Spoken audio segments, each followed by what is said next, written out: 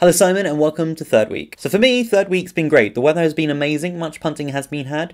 There's been some work, but we'll get to that at the end of the video. And also, OxHoli happened. OxHoli is when loads of Oxford University students get together to celebrate Holi, which is the Hindu festival of colour. As you can see from this footage, you might be able to tell why it's called the Festival of Colour. Essentially, it involves loads of students getting together, getting loads of colourful powders, mixing some water with it, and then throwing it on each other when you're wearing white clothing. OxHoli is such a great event, mainly because it lets you break away from your everyday life and go out and have so much fun. There were people throwing bottles of water all over each other, there were water guns involved, just powder randomly being thrown everywhere. It was amazing. And when do you ever get the chance to be that messy? Magdalen College was representing at the event and they had this message to share with you guys. Do you want to shout anything? Wicked! Okay, do that.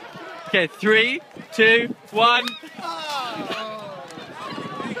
And then to wrap the day up with all the sunshine, all the water, all of the fun, all of the laughs, we ended up playing British Bulldog, which I haven't played in years, and that was amazing, and I realised that I must have had so much energy as a kid to run about that much, because it was knackering. What I found so great about OxHoli was the fact that it was so multicultural, so inclusive, and so much fun. It's a festival that started off in India, Nepal and Bangladesh, and now has branched all over the world to United States, United Kingdom, Trinidad and Tobago. And that's what I love about the university experience. You get a group of extremely young, enthusiastic people, all from different backgrounds, all with different stories to share, different experiences to share. And that is what I think the world should be like. And that's what I think our country should be like, just celebrating our diversity. And the last time I had this great feeling of celebration of our diversity was when I was watching the opening ceremonies of the Olympics and also the closing ceremonies of the Olympics, and it was odd because I was actually watching that live being streamed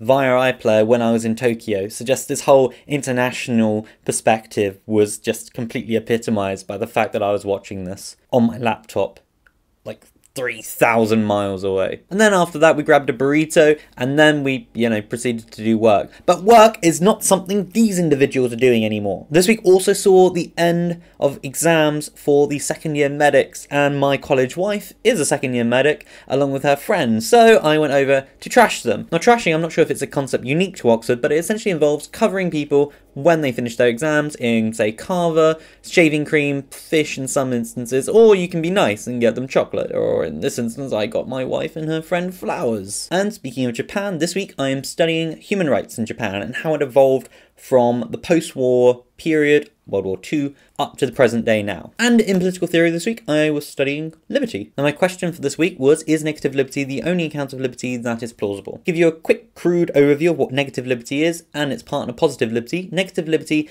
is when there is a constraint posed on you. So say, for instance, I prevent you with a gun from leaving this room. Therefore, in that instance, you do not have negative liberty because there is a physical constraint preventing you from leaving that room, i.e. me, because I will kill you if you do. Positive liberty is concerned with a drive. So say, for instance, if I want to go off and smoke, I have an addiction to the smoking, therefore I do not possess positive liberty because I am not in control and not accountable for the actions that I am performing because it is driven by an addiction rather than my own will. It's kind of like, say, if you're driving a car and you were turning right, left, were you the individual that was making the choices to turn right, left, or were you purely an agent that was being driven rather than driving? I would get into a debate, but I don't have time because I've got to go.